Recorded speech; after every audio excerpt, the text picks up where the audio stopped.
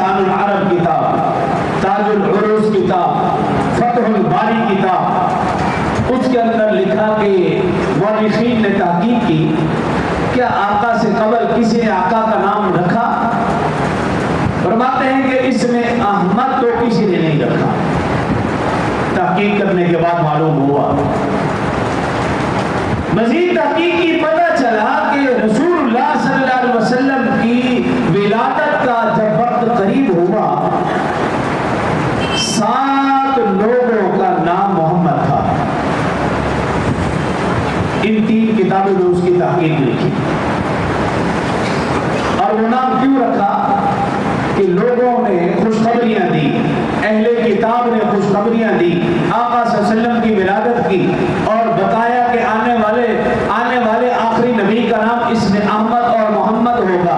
احمد تو پھر بھی کسی نے نہیں رکھا، لیکن 7 لوگوں کا نام محمد ملتا ہے۔ پہلے کا نام محمد بن اسیحہ والد کا نام تھا، محمد بن اسیحہ۔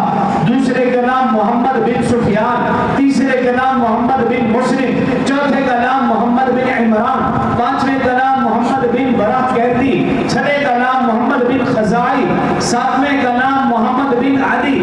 اب ان 7 سے وجوہات پوچھی گئی، اس طرف نہیں جاتا، آخری 7واں اس کی وجہ آپ کے سامنے رکھتا ہوں۔ تفسیر روح البیان شان حبیب الرحمن محمد بن عدی سے کسی نے پوچھا تمہارا نام محمد کیوں اور کب کیسے رکھا؟ محمد بن عدی فرماتے ہیں میں نے اپنے والد سے یہی سوال کیا جن کا نام عدی بن حبیب تھا، میں نے پوچھا میرا نام محمد کب کیوں کیسے رکھا؟ کہتے میرے والد مجھے بتا رہے ہیں کہ ہم 4 ساتھیوں پر قافلہ مشتمل ملک شام تجارت کی غرض سے گئے، ایک جگہ پڑاؤ کیا، ایک اسے راہ ہمارے پاس آیا، پوچھنے لگا کسی علاقے سے آئے ہو؟ ہم نے کہا مکہ سے۔ کہا مکہ کا کون سے علاقہ؟ ہم نے بتایا اپنا علاقہ۔ پوچھا قبیلہ بھی مضر بتایا۔ کہا جلد سے جلد وطن واپس لوٹ جاؤ، عن قریب نبی آخر الزمان کا ظہور ہونے والا ہے جس کا نام محمد صلی اللہ علیہ وسلم ہوگا۔